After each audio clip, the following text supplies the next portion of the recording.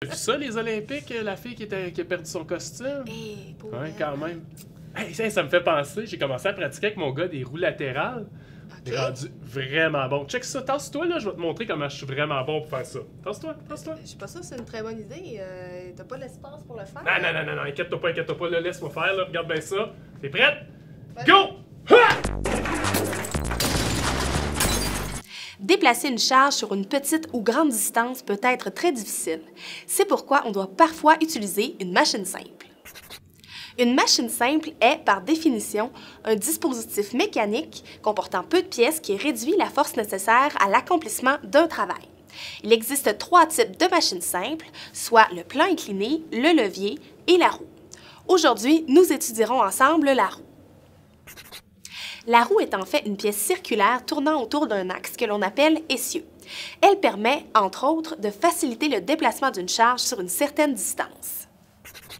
La roue procure un avantage mécanique à l'utilisateur en raison de la différence de grandeur entre le rayon de la roue et le rayon de l'essieu. En effet, plus la différence de taille entre les rayons est grande, plus l'action est difficile à accomplir, mais plus le déplacement de la charge est important. Inversement, plus la différence entre les rayons est petite, plus l'action est facile, mais le déplacement de la charge est moindre. Prenons l'exemple des vitesses sur un vélo. Lorsqu'on met le vélo en grande vitesse, soit lorsqu'on roule sur une partie plane ou descendante, ça signifie que la chaîne est positionnée sur le plus petit pignon de la roue arrière, qui lui est directement relié à l'essieu. La différence de rayon entre le pignon et la roue est très grande, ce qui rend l'action plus difficile, mais la distance parcourue est plus grande.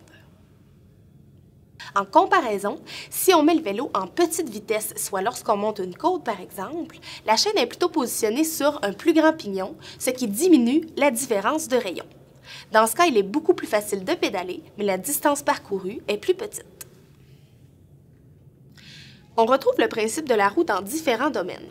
Tout d'abord, presque tous les moyens de transport comportent des roues, tels que les autobus, les automobiles et les vélos. La roue est utilisée aussi en ingénierie mécanique, par exemple dans les systèmes d'engrenage, de roues de friction ou de turbines, pour ne nommer que ceux-ci.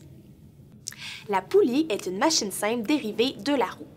En effet, c'est une roue comportant une rainure ou gorge dans laquelle se déplace une corde ou courroie.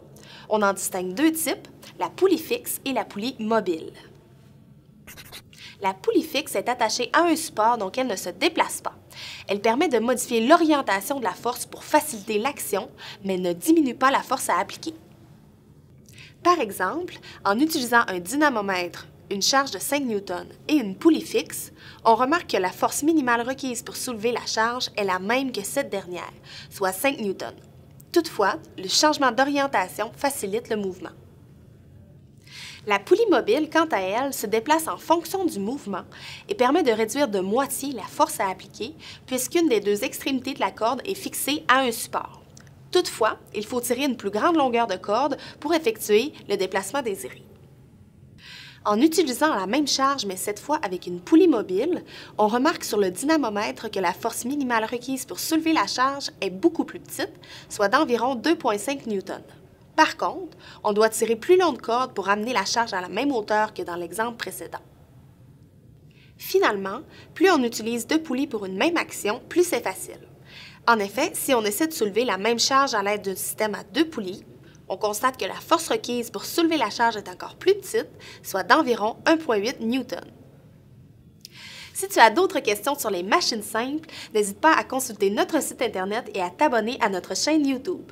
Je t'invite aussi à nous suivre sur les réseaux sociaux. Il permet de réduire de moitié la force à appliquer lorsqu'on met les vitesses... Je recommence. La chaîne est plutôt positionnée sur un plus grand pignon. Je bug là.